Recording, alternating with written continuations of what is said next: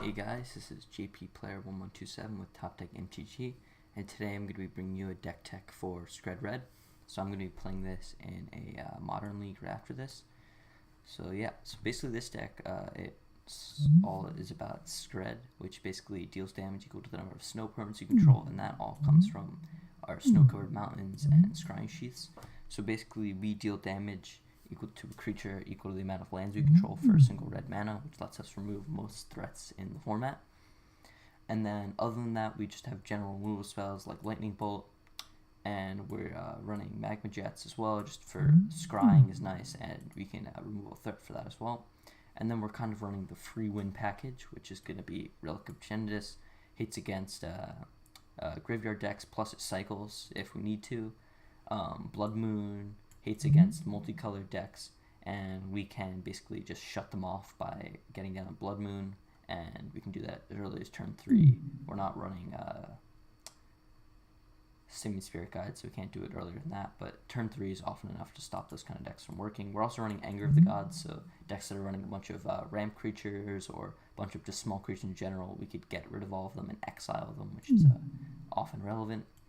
And then in addition to that, we're also running the win the game package. So we're running Chandra, Torch of Defiance, which is a pretty good creature at stabilizing the board. It's -3, you can often kill a creature, and most decks don't run that many creatures, so you can probably kill a bunch of them, especially with how many other removal spells are running. Cough the Hammer is pretty good.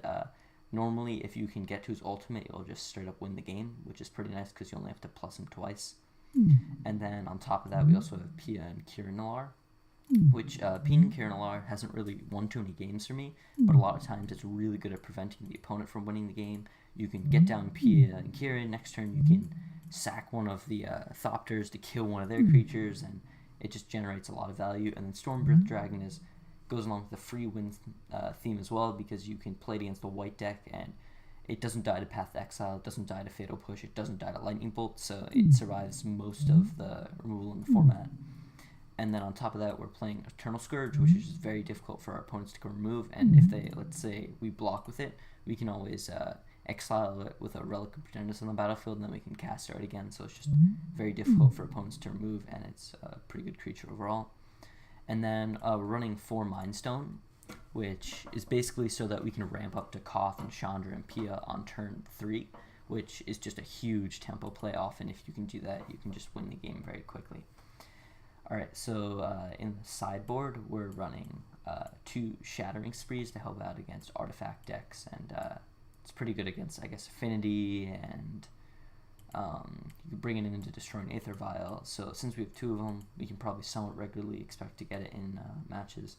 And then we're also running 2 Ratchet Bomb, which helps against tokeny decks, especially with being able to cycle. The Relic Apprentice cycles on its own, Mind Stone cycles on its own, Magma Jet lets you scry, so you can pretty easily get whatever you want. Chandra's is card advantage, so it's pretty easy to get the cards that you need.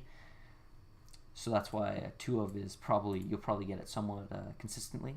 And then if the opponent's playing a lot of 1-drops, I can see bringing in a Raft Bomb too. You can get rid of the Noble Hierarchs and all of the Birds of Paradises. So it's pretty powerful there. We're going to use Molten Rain to basically kill Tron. If we can destroy one of the Tron pieces, often that's enough to slow Tron down to where we can close out the game. Once they get Tron though, and we can't disrupt it, we're probably pretty screwed. Yeah, that's probably one of the worst matchups, which is why we do have 3 slots devoted to it. We're also running Dragon's Claw, which is really good against Burn. Basically, any spell they have, it does 1 less damage, and every spell that we play gains life, which is normally enough just to, you pretty much just beat Red or beat Burn very, very, very consistently with 4 Dragon's Claws in from the sideboard. We also have 2 Rattle Master, which is basically, I think that's what you do if you're playing a deck that doesn't have so much interaction. So all of the removal is kind of dead. You just bring in Goblin Rattle Master, and then it's pretty good. On top of that, Dismember is just some more removal to kill bigger creatures that you won't be able to get with Magma Jet or Skred, and against decks where some of the other cards are not super relevant, like Blood Moon. You could side up Blood Moon, side up Dismembers, maybe a Ratchet Bomb or something like that. And yeah, so that's the deck. I'll meet you guys back for round 1, and yeah.